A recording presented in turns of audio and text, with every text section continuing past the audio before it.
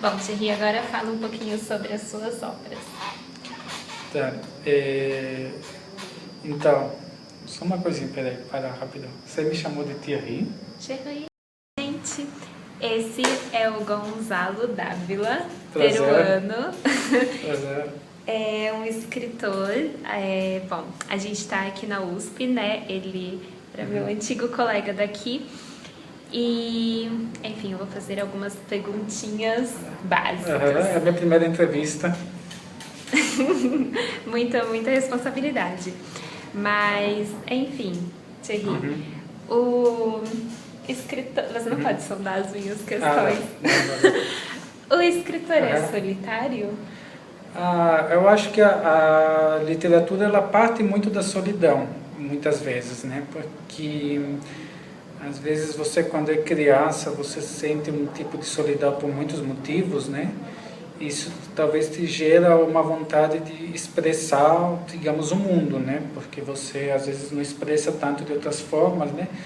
E a literatura é uma forma de você expressar sem que tenha nenhuma barreira, porque na vida social a gente tem barreiras, né? A gente não pode falar tal coisa, não pode pensar tal coisa, e às vezes tal visão de mundo pode ser muito agressiva, muito deprimente, e na arte você pode expressar tudo, né? Isso que eu sempre gostei. Então eu acho que de certa forma está relacionado com a solidão. Não necessariamente que o escritor seja solitário quando ele está escrevendo a obra, mas um dia, para ter gerado essa vontade, ele já foi. Achei linda a resposta. Obrigado. Por que escrever? Eu acho que é como a música, os filmes, né? Como a música e os filmes são mais populares hoje em dia, as pessoas não se fazem essa pergunta, mas é a arte, ou seja, exprime o mundo, né? E eu acho que a partir do que exprime o mundo é uma experiência que a pessoa vai ler e se ela se identificar, tudo sempre vai lembrar aquilo e vai causar algum efeito nela, né? Não vai causar necessariamente tal efeito X ou efeito Y, mas vai causar algum efeito, né? E ela vai levar isso, digamos, uma boa parte da vida, ou pro resto da vida, né? Ou pelo menos por algum momento, né? E eu acho importante, assim. E as suas experiências meio inusitadas, talvez até um pouco sombrias, como escritor? Deixa eu lembrar de algumas. Por exemplo, uma coisa curiosa, uma vez quando eu estava escrevendo um poema, eu estava caminhando na noite, assim, em São Paulo, né? Estava com uns 21 anos na época, né?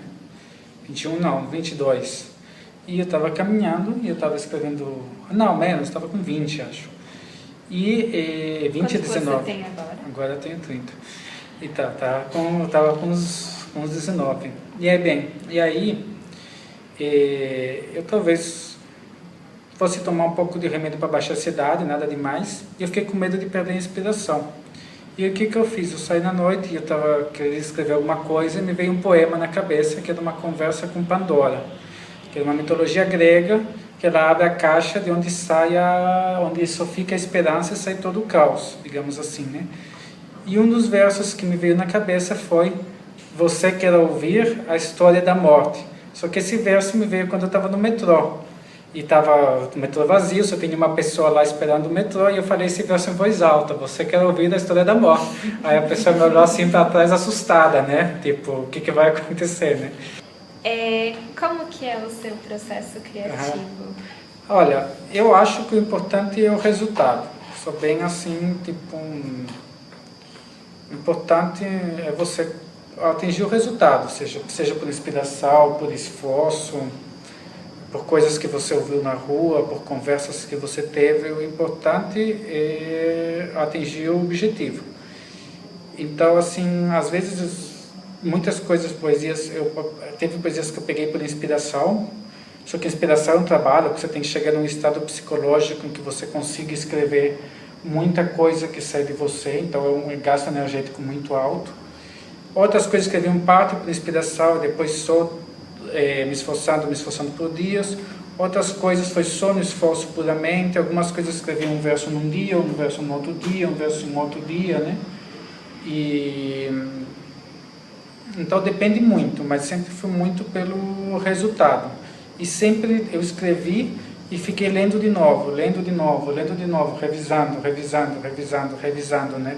Quanto mais revisão, melhora. Sempre me deixaram triste coisas simples. A extinção do tigre do Cáspio, a destruição do reino de Mali, o desaparecimento dos bisões das planícies, a morte da mãe do Bambi, a beleza da névoa que se junta com o mar, o debater-se de uma formiga no deserto, os aniversários que chegam sem pedir licença, a mudança eterna dos móveis, a lembrança de uma namorada enquanto dorme, tudo que já foi belo e nos sussurra, a extinção da infância, a destruição dos dias, a dissolução dos afetos, o desaparecimento dos pais, a morte e a derrota apenas por sermos frágeis criaturas, e o sofrimento que invisível se espalha por todas essas coisas nada simples. Chico, fale um pouco agora sobre as suas obras. Bem, tem várias, assim. Eu comecei a escrever com 14 anos, né? 14, 15. Eu tive várias coisas que eu quis ser na vida, né? Quis ser biólogo, psicólogo, pintor também quis ser. E aí, tipo, de 14 eu comecei a ler bastante.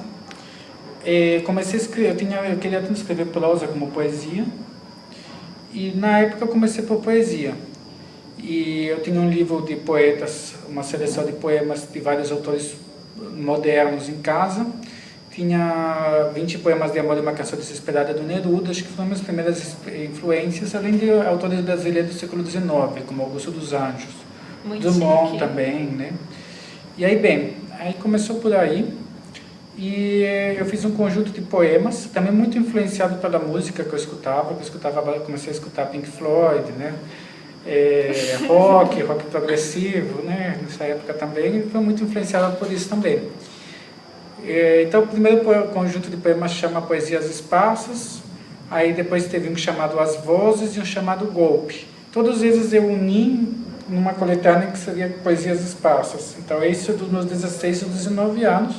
Tem um poema dali que eu adoro, um dos que eu mais gosto, chama Porque o Tempo Não Volta, que tem uma frase que é Porque o Tempo Não Volta, que continuamos os mesmos. É um poema meu dos que eu gosto bastante, tem outros lá que eu não gosto muito. Bem, depois desse, eu entrei na faculdade, um pouquinho antes eu comecei a gerar um livro assim, de poesia que seria mais ambicioso, não sei se necessariamente é o melhor, mas mais ambicioso, que chama Rumo ao Âmago da Própria Voz. Todos esses livros eu estou para publicar.